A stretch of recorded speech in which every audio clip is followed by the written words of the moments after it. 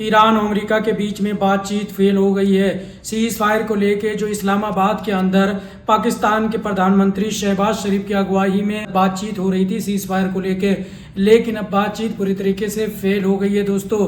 उसके बाद से ही ईरान के ऊपर कई सारे बड़े बड़े हमले किए गए हैं और ईरान ने भी अमेरिकी कई सारे फाइटर जेटों को शूट डाउन कर दिया है।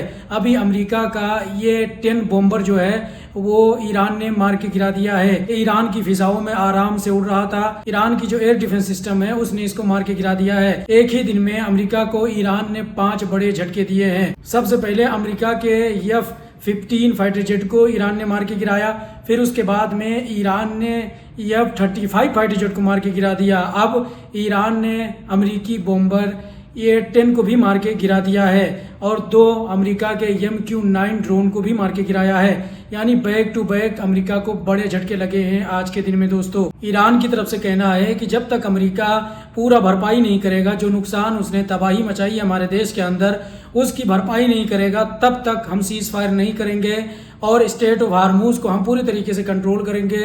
ये भी शर्त अमेरिका को माननी पड़ेगी। ईरान का कहना है कि अमेरिका मिडिल ईस्ट से निकल जाए अपने सैनिकों को लेके, तब जाके हम सीज फायर करेंगे।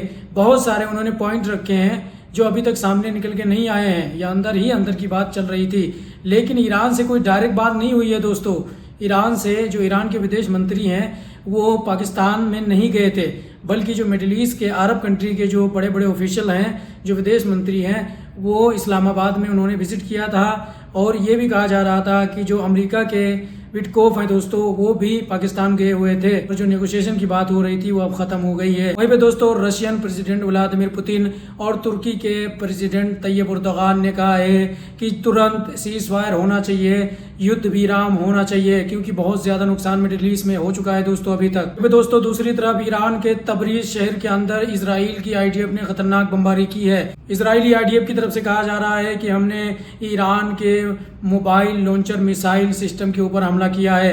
जो मोबाइल से मिसाइल लॉन्च की जाती है उस कंटेनर के ऊपर इजरायली आईडीएफ ने बमबारी की है। वहीं दूसरी तरफ दोस्तों ईरान के अंदर जो दवाइयाँ बनाने वाली कंपनियां थी उनके ऊपर भी इजराइल ने खतरनाक बमबारी की है। अमेरिका और इजराइल ने दोनों ने मिलकर भारी बम बरसाए वहाँ पे, ये बता के कि यहाँ पे केमिकल वेपन फैक्ट्री थी, यहाँ पे हथियार बनाए जाते थे आर्मी के लिए। ये इल्ज़ाम लगा के अमेरिका और इजराइल ने ईरान के दवाई बनाने वाली फैक्ट्री के ऊपर खतरनाक बमबारी की है।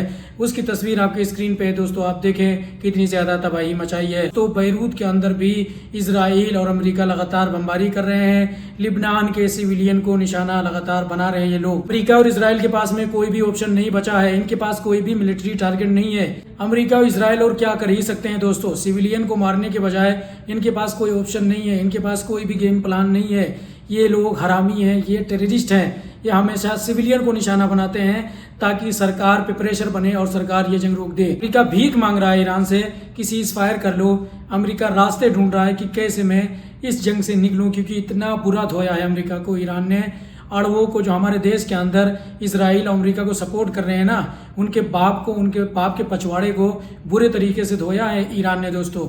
ईरान ने रात में इतनी ज़्यादा मिसाइलें दागी हैं। इसराइल के जो केमिकल बनाने वाली फैक्ट्रियां हैं और जो मिसाइल मैन्युफैक्चरिंग फैक्ट्रियां हैं उनके ऊपर खतरनाक बमबारी की है।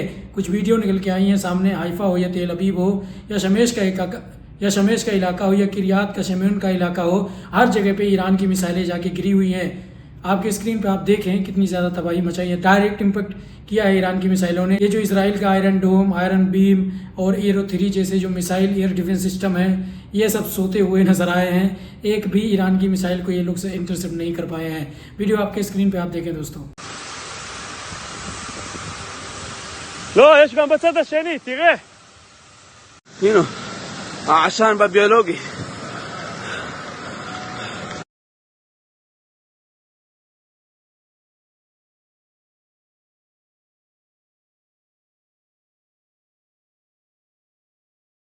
दोस्तों रशिया ने अमेरिका और इजराइल से रिक्वेस्ट की है कि कुछ देर के लिए इस जंग को रोक दिया जाए, सीज़फायर कर लिया जाए, ताकि जो ईरान के बुशेहर न्यूक्लियर साइट के अंदर जो स्टाफ मौजूद है, जो अभी तक फंसे हुए हैं, उनको निकाला जा सके। रशिया ने ये रिक्वेस्ट की है इजराइल और अमेरिका से।